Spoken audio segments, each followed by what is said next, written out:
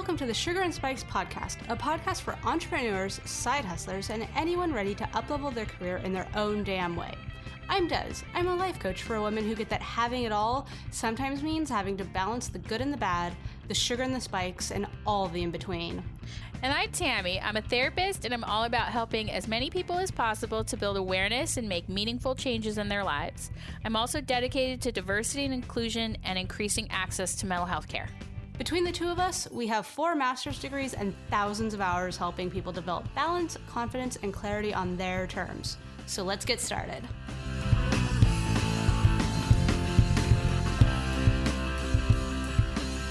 Hi, everyone. Welcome to another episode of the Sugar and Spikes podcast.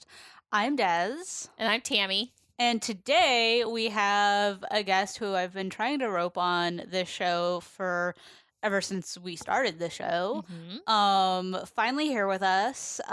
He is I'm not going to go into the details, but I'll say he's a graphic designer, and we have Dean Williams. Yay! Hello. Welcome. Okay, so as is Sugar and Spikes, God, I'm blanking out on the word. Not history. Tradition. I'm gonna throw it over to you. I'm not gonna take any of your thunder. I'm just really, really stoked to have you joining us. Who are you? What do you do? I don't know how much thunder there is to pressure take. or anything. Tell us everything about yourself. All the things. Yeah, I'm Dean. I'm the graphic designer for Sugar and Spikes. I'm the dungeon master for our D&D game. Mhm. I mean, pretty much what you'd think. I wear a lot of flannel, glasses. I listen to music that a lot of people don't like, but I don't consider it cooler just because I like it. Yeah, that's You're about not all I got. trying too hard. That's what you're telling us. It's more organic and authentic. He's also we'll go with married that. to me, That is Yeah. also true. so I feel like that just tells you a lot about. So that doesn't make this awkward at all to be interviewed by us. Like you're It's- interviewing your partner. Well, so here's the thing. This is a little bit of a different episode. Like, it's not even necessarily an interview. Mhm. I'm hesitant to commit to anything, but it is one piece of what could be a very interestingly put together puzzle. Yeah. What Kind of well, I'll save it. were you gonna say? I'm kind of like an Ono Ross and Carrie, like an ode to Ono Ross and Carrie, because we love Ono Ross and Carrie. Yeah, I was gonna say it's kind of like a crossover, but there's no crossover. There's no crossover. It's just us. Maybe like It's just you methodology guys. crossover. Inspired by. Yes. So this is the first one of what could be a handful or more of inspired by Ono Ross and Carrie. It's a Ross and episodes. Carrie cover. Yes. Yes. Sugar and Spikes covers Ono Ross and Carrie. Oh my God, we're a cover band. Yeah. Okay. So, I'm trying to think like how much backstory is needed for this to really Put it all in there. We can always edit. Yeah, okay. So I'm trying to figure out like what piece needs to be said first. But anyways, I'll just go into it. Yesterday, we got hoodwinked into going to church. Say more. I'm intrigued. I I think actually got that's- texts about this, by the way. Start from the beginning. You were interested in something. I think a more accurate description is we accidentally went to church. Yeah. Okay. So the other month, whatever, we were volunteering at Design Week Fort Wayne, as we do, because we are invested in our community and think that showing up in real life shit is important. It is important. And then there were postcards for this thing called Ocean. And the second I saw the postcard, I was like, is this a church thing? Why would it be at a table? Like, it's Design Week. And I know the people that put on Design Week, and there's no religious like undertones at all or connections. So I was like, okay, not churchy. I look and it's like for entrepreneurs, like it's like the tide is rising in Northeast Indiana and it's about entrepreneurship. I'm like, that's cool. Dean says I mentioned something about faith right? It mentioned the intersection of faith and entrepreneurship, And which I yeah. think you maybe misinterpreted as spirituality and entrepreneurship. Yeah. We were talking about that. Like Yep. that totally seems like something I would do. Like, oh, this will be interesting. Like seeing how the two combine. And the thing is I still very much have Portland brain. Yeah. Where when I see like faith, I don't immediately think like traditional Christian. Christianity. Yeah. That's still an adjustment. Very much. different here. Very much so. And so I was like, okay, this looks interesting. It's the first one. What did you have any thoughts from like the postcard or when I was like, hey, let's check this out? I honestly forgot about it Okay. Cool. But we're down to do it, until you said that we were going Like yesterday. an hour before. Yeah. So we went and let me paint a word picture. We drive up, we park, and at the front of the entry, there are two people in like ocean shirts. So their logo is like a circle and it says ocean. Okay. And there are two people standing right at the front and they're like checking people in, like, oh, did you pre-register or anything? But just their setup, they reminded me of church graders. Okay. And the shirts look like church shirts. Like if you've been to a trendy church, Yeah, you know exactly what I mean. But so we give them our name and they let us in and it's lovely. And like if you weren't pre-registered, there were computers to register and stuff. And then we fill out our name tags and yeah, Dean points out at some point that like every third person is wearing like an ocean shirt.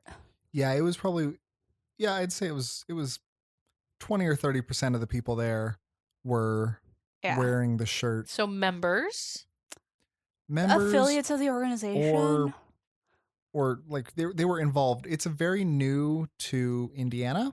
We learned. Okay. It started in Cincinnati. Mm-hmm. But this I think was the first of their events in Northeast Indiana. Yes. Yeah, because I'm looking at it, and if this is the one you had, it says the tide is rising. Come join a growing movement of entrepreneurs and small business owners. Yeah. So, yeah, and I'm on the website. Like, I'm on the Northeast Indiana website right now, and there's not much about them. So, I don't even know if they consider themselves a church. Actually, I'm interested because they don't talk about like 501c3 status or anything like that. So, I'm very curious about like who's funding this shit. But, anyways, I digress. It's getting into too many details before we get into the whole situation. Okay. At this point, we have not realized that we are at church. Okay. Other than that mild The feeling. Because your spidey sense was tingling. There were rows of chairs. Yeah. There was a stage with a slideshow going. It's all aspects of church, but they're not specifically churchy. There wasn't a cross, and at one point I started to listen to the music that was being played, looking for music. either curse words or Jesus. Okay. Like I was looking for some sort of end of the spectrum. Have you go one way or the other. Yeah, and the fact that there wasn't one or the other led me to be more concerned that we were at church. Okay. Because that's like one of the trends that they do is playing like pop culture-y music that's not offensive. Clean pop culture music. Yeah. I mean, to be fair, it's when you're having a public event, it is pretty common to play basically radio-friendly music. Yeah.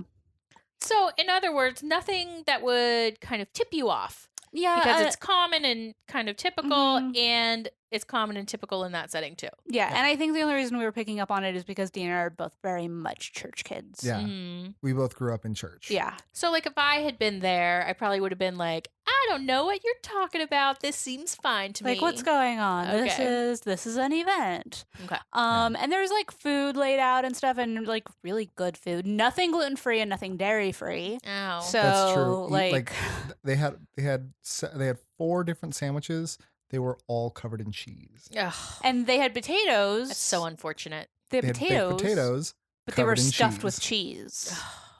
So I have to say, as a vegetarian, being out here has been somewhat of a challenge because vegetarian equals eating dairy. So it's been a little bit of a rough road. yeah. We've had worse though. Mhm. In like my family lives in rural Minnesota, Mm-hmm. and it's more so. Really? Yeah, like it's your worse. vegetarian option is there's a salad on the menu.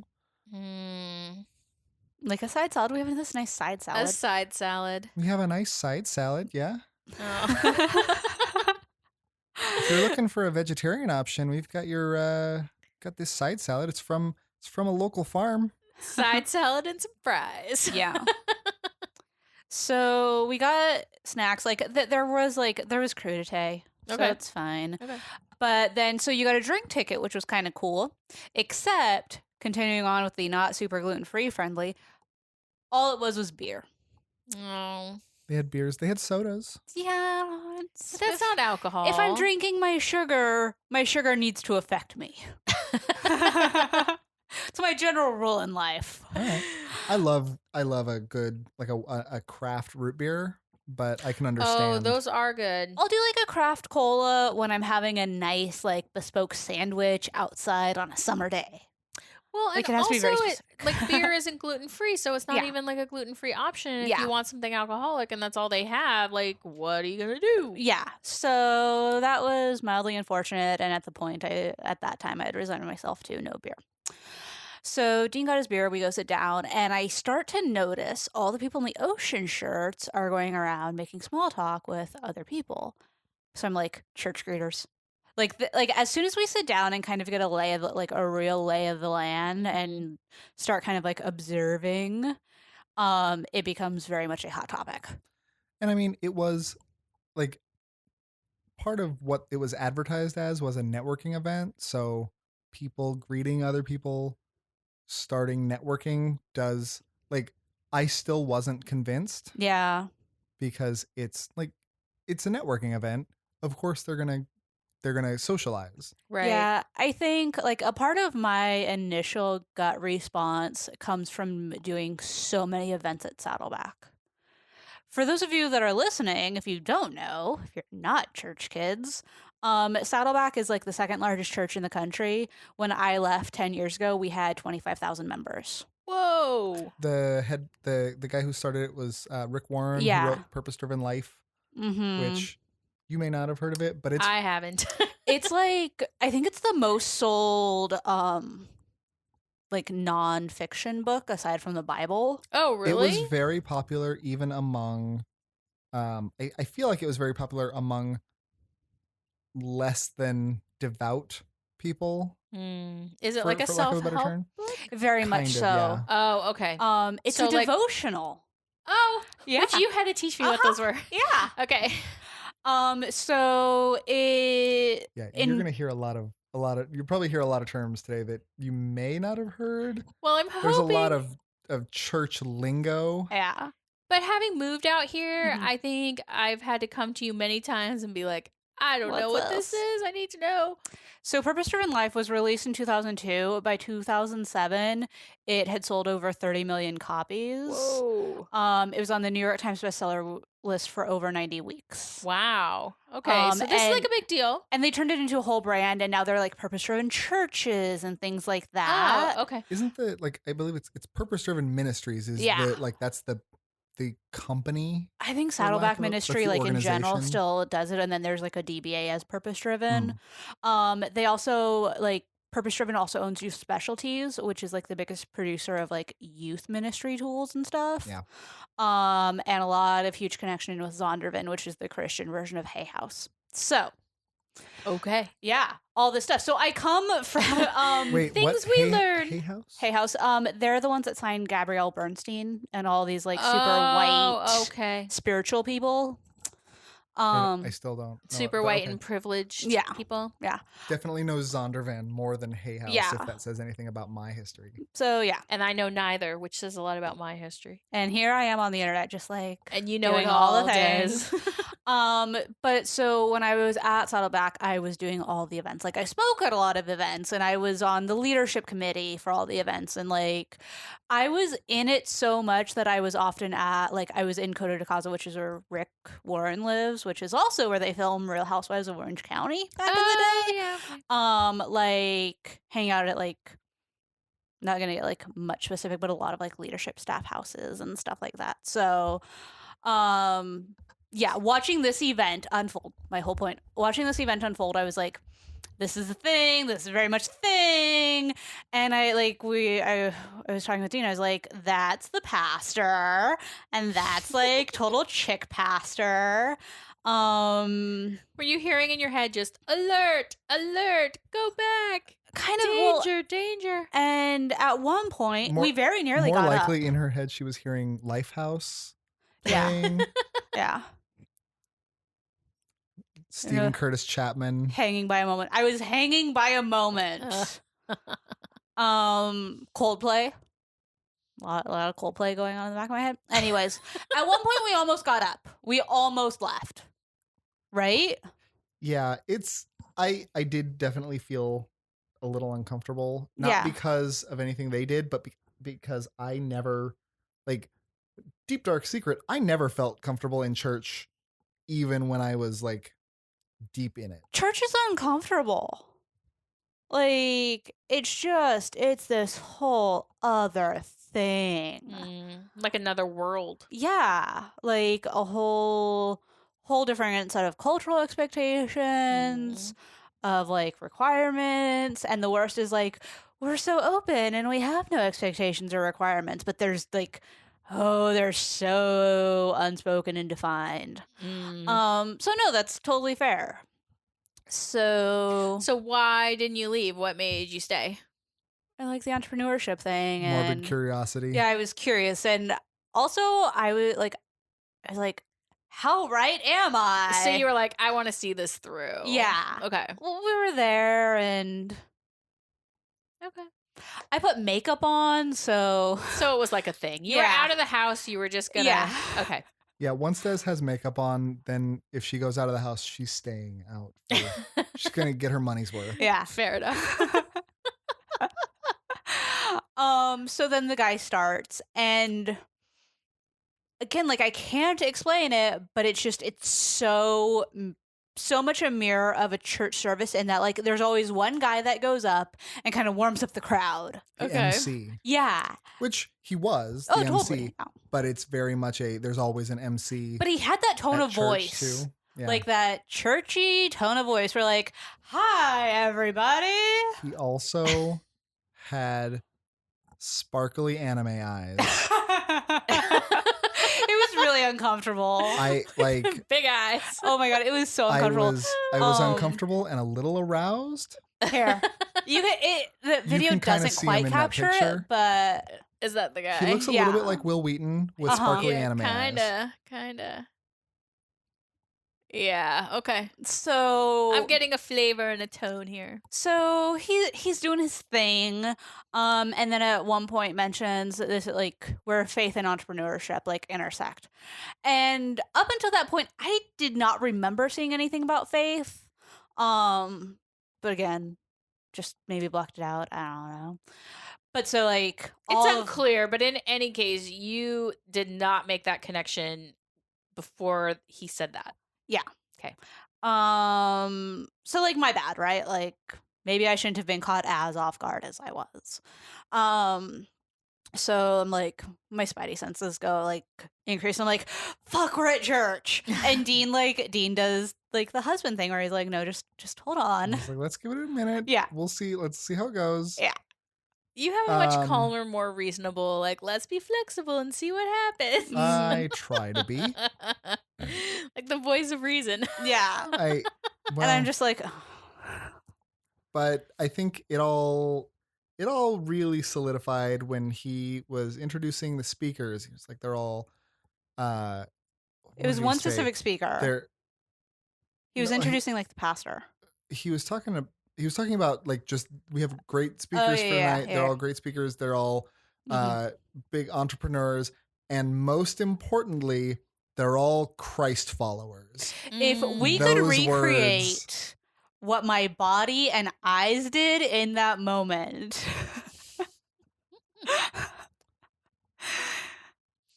And so Dean, being the ever wonderful husband that he is, came up with, I'm going to go get a beer. Yeah. He was like, give me your drink ticket. Yep, beer. I was like, yep. I'm gonna be rashy. That's right. It was a blonde ale. It was probably fairly fine. low gluten content. Yeah, that's cool. And then the main guy goes up. And I don't even know where to start with it, do you know? He so the main speaker was the founder of Ocean Cincinnati. Mhm.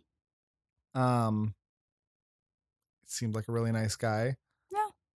Um Like he had pastor written all over him. yes. Yeah. Um Founded Ocean Cincinnati. Um Let's see. And I guess like so their website doesn't have much information, but from what I remember, and I wasn't taking notes because at the time I don't think we decided to do a podcast on it, and then it just kept going, and then I was like, fuck, we have to do a podcast on it. Yeah. So they do like monthly events, they do an incubator type thing, like a business incubator, they do retreats. So they have four Four waves. waves. For Of- waves. God, it's so fucking churchy. Is it like an MSM? Well, it's they or sorry, MLM. MLM. No, It's been a long week. I it's mean, just church like- and so they- MLMs are very similar. bit, yeah. So they pick their they have their name Ocean, and then of Mhm. course everything has to have a nautical theme. So they have their four Waves. which are the events, Okay. Mhm.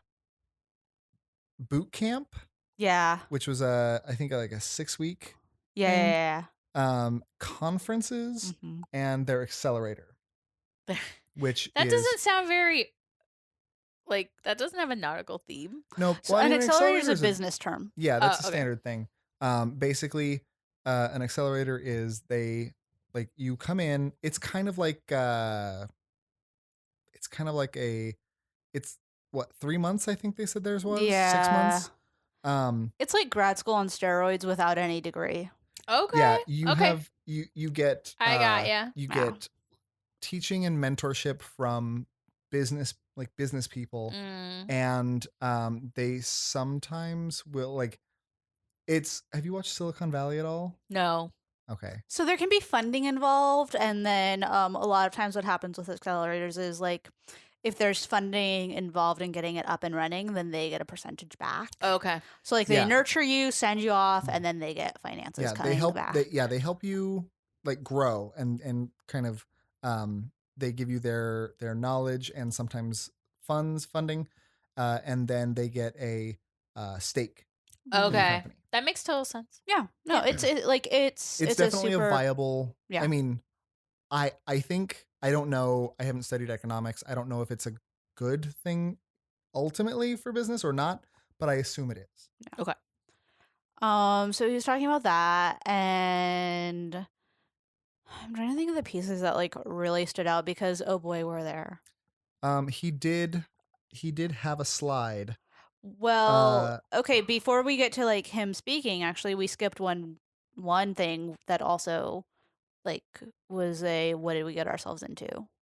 Which was they had like a text message system where you could text to participate in polls and everything. And it was like you just have to answer these 2 questions. Here, I'll bring it up. Yeah, like one being age. Okay. I So- don't know why. Here we go. You text Ocean to this number, Okay. and the first text you get is, since this is your first time here, we need to know some basic info. We only collect this the first time that you chat with us. What is your age? Answer your age. Thanks. What is your gender? And then in parentheses, male or female. That's the only Those options. are the only options. And before like they say anything, like this is just a slide that's going before anybody's gotten up. And I'm just sitting there, I'm like, why do they need to know my gender? Like, what does that have to do with anything? Yeah. And we did both Yeah. sign up. I texted a Q. Okay. I was leaning towards queer. I think Des did an O for other. Yeah. I did O. It accepted both of them. Mhm. Did So it? Okay. I don't know if that's I don't know if it just like Does discards it just them later junk your or data as outliers or what? I'm assuming people look at it and be like, oh, that's a typo. I think it'll just show up on like I'm guessing it just gives them kind of like a spreadsheet maybe. Yeah. Just so that they can see like, oh, we had, or a pie chart. Like, Yeah. this Well, is- sure. I I mean, I could So you see have your it. demographic a I little could bit. see them wanting it for like marketing info, like Mhm. who's coming, Mhm. what's our demographics, blah blah Yeah. blah. Okay. Yeah. But when the MC was talking about, like, he was kind of introducing this survey system, and he said the first it's two questions. They should be real easy. It's just they take your age and whether you're a male or a female. Easy Mm. questions. And like not personal and blah, blah, blah. I'm just like, I mean, it can be complicated. That can And be I complicated. It was granted, just- I think for most of this crowd it was a very easy question. Yeah. Well, sure. But it's not a great thing to assume is an easy question. Yeah. Yeah. Or Well- that there are only two answers. But that's another podcast that we have decided we are going to talk about. Yeah. Gender. Yeah. So the guy's up and he has this oh, you have the slide. You were bringing it up. yes. Somebody else that was there took a picture of it and posted it on Facebook. Hey guys, popping in for a quick question. Do you know your signature leadership style? It's kind of really important to know so you can figure out how you do the thing the best way you can. So, if you haven't already, head on over to DesireeW.com, click on Signature Leadership Style Quiz. It is the blue button, and find out. The quiz will tell you if you are a make-it-work mogul, a benevolent boss, a social savant, the ultimate head boss in charge, or if you are a true classic, well-informed and wise. Head on over to DesireeW.com, click Find Your Signature Leadership Style, and let me know what you get. And now we'll get back to the episode. Okay. So she posted this with the caption, "I did not know this, only in America." His slide, here, you can read this. Jesus, an entrepreneur, the greatest entrepreneur. Oh, he spelled it wrong too. He spelled it wrong once. Yeah. Well, I just Yeah. noticed it right off. Yeah. The greatest. Okay. Make your case. Make your And- case, sir. And so my cynical response to that was like, yeah, I mean, I guess he started like an entertainment company.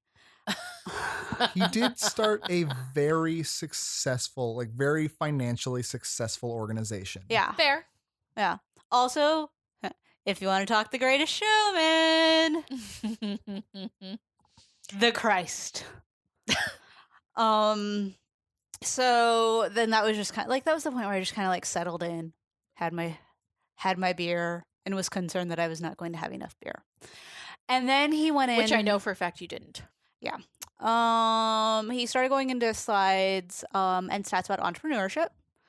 For the most part, they were fine. Okay. Mhm. Like they were from government organizations, pretty objective. They talked about the what was it? The rate of depression Well, amongst entrepreneurs. he Was that the first one? He started off with like the number of like businesses. Start off with like the number of businesses that are started every year, like number of startups and growth and failure and stuff like that. Yeah. But then he got into the, like, he was talking about, basically he was making a case for why entrepreneurs need Jesus. Well, it was like, why is entrepreneurship important? And then it was like, but if you're not careful, you're going to get swallowed up by the world. And that was like another like wave thing. Because he told the story about this dude who I guess was like the founder of like the whole ocean organization, if I remember right. That was his story. He was the founder. Oh, he was the person? But it was him in Hawaii? I thought he was talking about someone else. I don't remember the Did story. he in get Hawaii. swallowed by the ocean in Hawaii? Well, he was like standing like at the ocean's edge and it was just like, is this all there is? Like, Okay, so having Yeah. kind of like a deep philosophical moment. yeah. And then had this chart of like, it was the stress chart where like too much stress. The U? No, and I wish he would have done it in a U, but a U would not have pointed to like, it wouldn't have like supported Oh, evidence. yes. So this is there was a straight line that was labeled reality. Mhm. Then there was a diagonal line Mhm. that crossed it that was expectations. Yeah. And as your So they- expectations go up, Okay. if they surpass reality, then the difference is stress. So it's like this and eventually expectations creates minus reality equals stress. like it creates an X and kind of where it crosses the line. Okay. Yeah. I'm getting you. Okay. Which I mean, the thing we know about stress is that a certain amount of stress or anxiety in this case increases performance. Yeah. And it gets to a level where it tips over. So you get the upside down U. Yeah. Okay, go ahead. So he talked about the level of depression, like the rate of depression amongst amongst entrepreneurs, which was what high. Did he say like numbers, or just that it was higher? I think he just said it gave was some sort of number. There was some sort of stat, but nothing that like stood out to me. Like from NIH or like from somewhere credible? Or no, he did talk about this one study, or it sounded like it was a meta-analysis from the Journal of Applied Psychology. Oh, okay. But that was just looking at entrepreneurship personality traits, not talking about depression. He was like, here are the things that make up an entrepreneur, which are super generalized, and I feel like if someone had tossed me that applied psych publication, I would have torn it apart in grad school. But anyways, I digress. Well, as you do, as you're trained to do. He also he then moved on to the rate of divorce. No, we're missing the one slide that I really want to talk about. Talk about it. Okay, because I feel like what was it before or after divorce? It was after divorce. Okay, keep going. So then divorce. If you're talking about the one I think you are. So there was the rate of divorce, which he said, depending on what you look at, the divorce rate in America is either like 30-something% or about 50%. I don't really have a problem. Things are going to find different results. High. Yeah, it's high. It's definitely high. But he said that either one of those, whichever one you look at, among entrepreneurs, it's like 3 to 5% higher. And I'm like, that math doesn't work out because no, it was 10% higher. Or 10, yes, sorry, 5 to 10% higher. Yeah, it was 5 to 10% higher. I'm like, that math doesn't work out. Like, that's not a constant because if you're looking at 5% of 30%, right, that's significantly different than a 5% increase. But what he meant was it's like what he said was if it's 30, then it'll be 35 or 40. And if it's 50, it'll be 55 or 60. But if you're working with those numbers, you're not going to have the same. That is a greater proportion of divorces among entrepreneurs if it's a lower, like if you're at the 30% divorce rate, then it's a higher proportion. But yes, he was playing really loose with numbers. I was going to say he was telling the truth, the quote unquote truth with statistics. I feel like it's like an undergrad statistics class, like how to lie with statistics. Exactly. Yeah. And then after, was it this slide? Okay. After, you could tell that he was just banking on this audience that was not thinking critically about anything. But he was building up to the big slide. Yeah, he was like, and then I Googled, and then I looked up entrepreneurship and suicide. And there's not much research about it, but there are 449,000 cases. Googled suicide among entrepreneurs, I believe it was his search term. Yeah. And he said, and if you search that, you will find almost 500,000 anecdotes about suicide among entrepreneurs. Okay. And I'm just I'm sitting there and that's not how the internet works. That's not what that is. That is not how Google works. No. So at all. So I just Googled entrepreneurs and suicide. And the first two things not the only two things, but the things that caught my mind were the first of 480,000. Yes. But was depression among entrepreneurs is an epidemic nobody is talking about, which is an article. It's not a scientific article. It's like a journalistic article. Editorial. Yes. Thank you. And mental health stuff among... This says 1 in 3 live with depression, according to a study by a clinical professor at the University of California, San Francisco. But I would have to look at that research. I mean, that's fine. It's just he literally took a screenshot of this right here? Of 400 this Right here? That's That, what he that's showed. the chart that he used. Okay, so he read this article. Yeah. Yeah. Mhm. Was that from The Hustle? Yeah. Yeah, I'm I'm just saying. I'm not finishing my sentence. That is almost exactly like Except down to on a wave side. down to the font choices. Yeah. That's So Yeah. he read this article. granted. That's the same. That's the same or very similar font to the one they use as part of their brand. Okay. It kind of looks like Futura, but I don't know. I have to take a closer look. My point being, Homeboy screenshot a Google result and was like, "This is how common it is." Here's your statistic. 400 and I think what it was. I think it was 448,000 results. Yeah. On a Google Just search. results. That is not a statistic. That tells me nothing.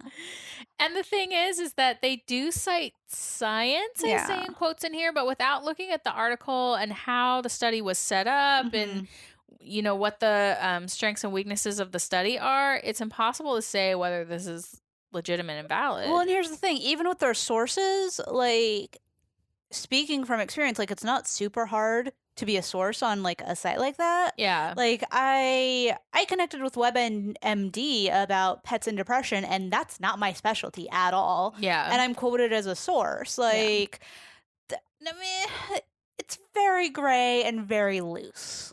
Fair. You know? Fair. And then holding it up as like, this is fact. Like, I feel like that's what a lot of these episodes have come up with recently, is just like, Jesus Christ, people, think critically. Mm-hmm. I'm not saying be an asshole, but let's be like, okay, tell me more, and not take things at face value. Yeah. Like the fact that I was looking at the room when the Google slide came up with that really bad example. No one was questioning it. Like, no one else was rolling their eyes. No one thought that there was anything wrong with what was being presented. Interesting. And it's just like, come on. Yeah. So then really his whole piece was like, here's why entrepreneurship is important. Here are the perils, and here's what we're doing about it. And that was where he was talking about the 4 waves. Okay. And things like that. And then started priming the audience with we have a conference coming up later, and like, if you registered for this event, then you'll get like a discount code. Okay. I'm like, okay, so there's like one ask for cash. Mm-hmm. And then they brought up, so after that, he spoke. I wasn't keeping track of how long he spoke. 30 minutes, 40 minutes ish. Then it was a guest panel, guest in quotes. It was 2 local business owners.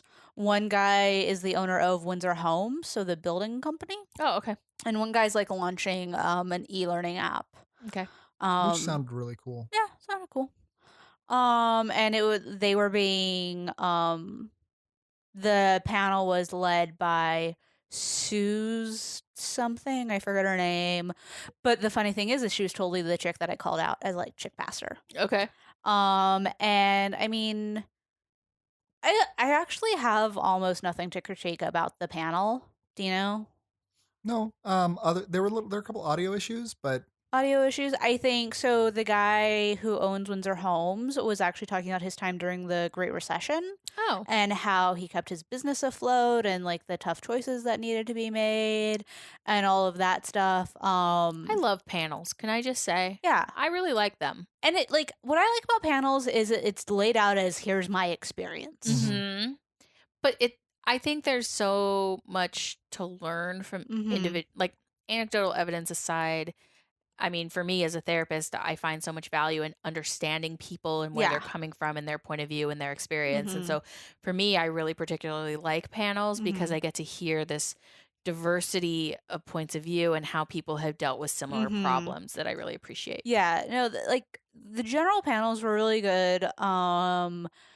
The guy who runs Windsor Homes, like, was really honest and really emotional about the things he had to do during the recession to keep everything afloat. Yeah. He was talking about how he and his executive team didn't get paid for 20 months. Wow. And they were taking money out of their retirement accounts to pay their staff. So they were really dedicated Yeah. to. They were, and it was awesome. It was very clear, Yeah. and like Yeah. that piece alone was very inspirational in like the depths that a business owner may have to face. Well, and how hard he worked not to yeah. lay people off, and you know what I Mhm. mean? Yeah. Yeah. And he was talking about like how they went to their suppliers and Mhm. all that and got them to kind of agree to what he said, guaranteed sales. Yeah, I'm not completely I clear haven't on what that researched what that term, but it meant. sounded like it was basically instead of getting paid up front, they Mhm. got paid when the house sold. Mm. Okay. Um So that was really resourceful, like finding solutions to Yeah. problems. Yeah, no, it was there was a lot to be learned in like strategy and really even having people be on board. He was like my team knew that they would get paid. Mm-hmm. And developing like a place of trust and things like that. yeah, it was definitely clear that he cared very much for his team. Mhm. And yeah, if your team knows that you care about them, you have a team that will follow you till the end of the earth. Absolutely. Um so the other speaker was talking about how he's struggled everything. He's only been at it for about 8 or 10 months, give Okay. or take. So it was kind of like opposite sides. Yeah. Different And- stages. Yeah. And his project is a side project, so he still Yeah, works full he's time. yes. And works on his project. Okay. One thing that kind of became a trend later on in the conversation was making time and this idea of quote unquote balance and things like that. And again, like the churchy thing came up. Like there were church undertones and like references of like, well, my team, like some of them are believers, some of them aren't, things like that, like very churchy speak. At one point, being on fire for the Lord was referenced. It was like, Oh, that's that a sounds classic painful phrase. now, but oh, hello, junior high. Um, so yeah, like I did not forget that I was at church and people were very much framing up these lessons as church lessons. And one thing that I actively was trying to do as I was having like a trauma response through a lot of it was I was trying to stay objective and I was trying to like actively reframe, like practicing what I preach in the instead of this word, what if I use this word? So would I be as like immediately against this concept if it was like like search for the universe first and put the universe ahead of things and like what the universe, like things like that. And I was like, okay, that makes it a bit better. Because I mean, a lot of it is just semantics, but then it's when you put like dogma and shit into it that it becomes a thing. And when you blatantly ignore history, like one of the things that made me want to throw my shit down and just be like, what? Is when the guy who's just been in business for 8 to 10 months was talking about needing to like make time for the Lord and To center yourself. yeah, to center yourself and to really just like listen to what's going on and like take a day to not focus on business and stuff. And he was like, and non-Christians have started picking up on this too, but they call it mindfulness. Like they're starting to use the concept, but they're calling it this, and framed it up in a way of Christianity started it and now other people are doing it. And I'm just like, that's so not true. No, it's not. Well, I mean, mindfulness comes from early Eastern traditions. Yeah. I mean, Yeah. it just does. And this idea of self-care and this idea of, I mean, a day of rest. Yeah. I mean, that's not a Christian idea. No. Even so, like the idea of self-care, even when I was in church, it was always like the it might have just been my experience, but the Sabbath and the day of rest were never really framed up as self-care. No, because was- it's not care for you, it's care for God. Yeah, it was remembering Well, the Sabbath and keeping it holy, and you Mhm. spend that time worshiping God. Yeah. I mean, to play devil's advocate for a minute, I have lots of I've worked with people in the past who find lots of strength Mm-hmm. in spirituality and lots of strength within their religious tradition and their Mhm. religious communities. So I think it's important to say that that can be a source of strength Yeah. and self-care for Oh, people. definitely.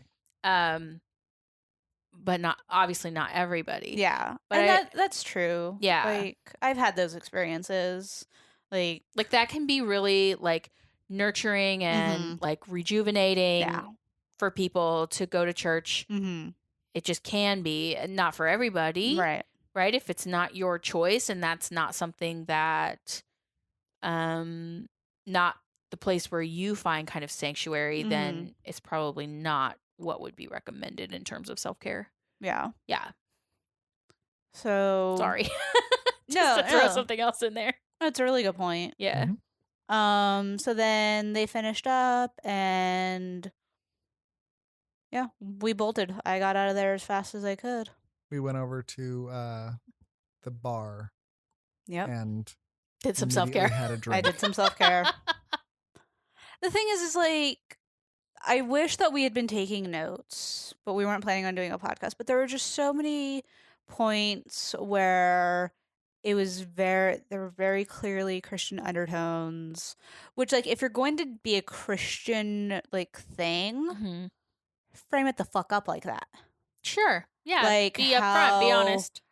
How Jesus and business intersect and things like that.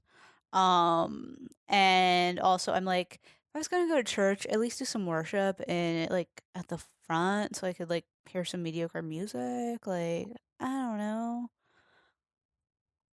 Not the experience you were expecting or hoping no. for.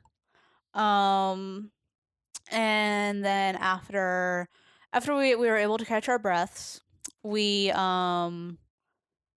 talked about maybe going back next month. Because I'm fascinated. Because like I said, like on the website there's very little information about the organization, which is a little shady to me. Like what's the end game? I also am very curious, given the male female question. I'm like, I want to know how conservative these folks are, because I know like in California and stuff, and Portland too, there are some very like liberal churches. So Yeah, I'm like, absolutely. you know, honestly, coming from a Christian background, if they are more on that like liberal side, not a group I'd be pissed off to like be involved with or would be like 100% against. Like I'd be open to it. Yeah. I'm curious. I'm very curious about the whole thing. So I just wish I wasn't caught as off guard as I was. Yeah. I mean, it sounds like an experience where you just weren't expecting it and it just made it worse as it went along because you didn't, you felt like it was a bait and switch or. Yeah. Yeah. So, any final thoughts, do you know? No, I think I mean I don't feel like it was a bait and switch since it was always advertised as faith and entrepreneurship, which Yeah. in the Midwest the word faith means Christianity. I mean, it could just be a sense of diversity and cultural difference that the way you interpret that and the way it's interpreted here. For sure. Yeah. Ooh, do we want to do the ratings? We want to pay homage to Ross and Carrie? Ratings. Can we switch it?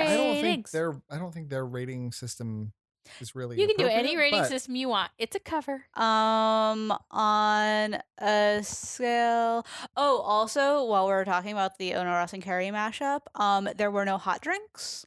Oh. So on that scale, they get a 0. Boo. That is true. No hot drinks. And then let's see. What about a creepiness factor, Dino? I feel like that comes into play. There's a lot of carbon copy middle class white people. It was a little creepy.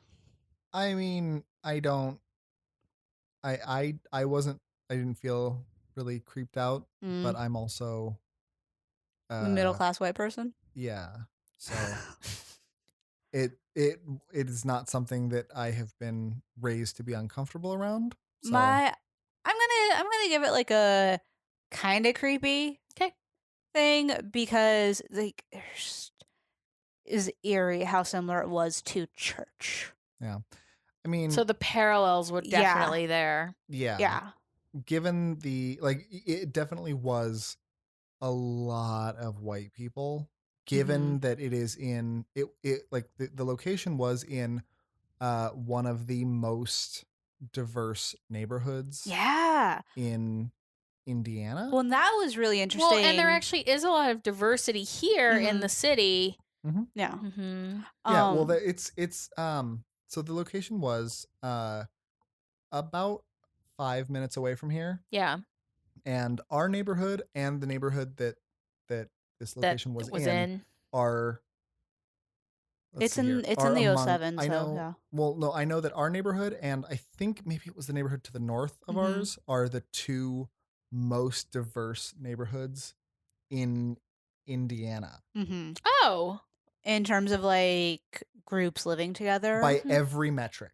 Wow. Yeah. Which is and yet really you didn't awesome. See a lot of diversity there. That's really None. fascinating. And there were I heard on multiple occasions I didn't even know this place was here. Which that was sad in and of itself because it's an awesome art space.